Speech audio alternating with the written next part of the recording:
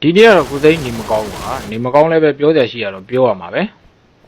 ဒါတော့ confidence level ဆိုးခိုက်ဥကောက်မှာဒါတော်တော်လေးကို high သွားတာဗောနော်ရှိုးလိုက်လှ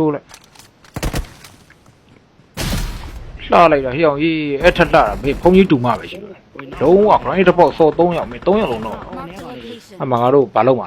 တတ်မှာဗောတရားဝဲကြံတော့တယ်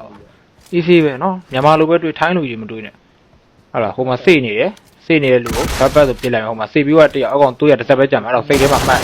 နော်လက်နဲ့ချောင်းထောင်းဘူးကမာလို့ကြီးမလုံးနဲ့လေတူကြီးရဲ့ ဒီကောင်းလိုက်တာပါလေ Awesome.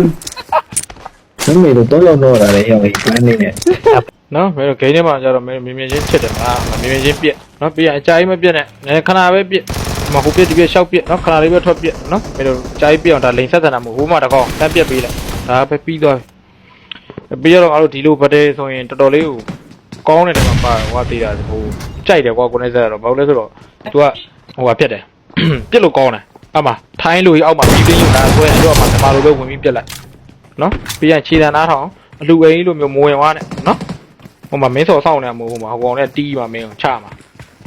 အဲ့ဒါဆိုတော့အမှခြေတန်းနားထောင်ဟိုဘက်ဒီဘက်ဘာညာကိုယ့်ခြေတန်းလေးပေးအမှအဲ့အောက်မှာတကောင်ရောက်နေအောက်ကောင်ပြေးတက်လာမှာတိညာဒီကောင်ဝင်လာမှာဒီစောက်ပေါ်တစ်ပေါက်ပဲရှိတယ်မအဲ့ပေါက်ပြစ်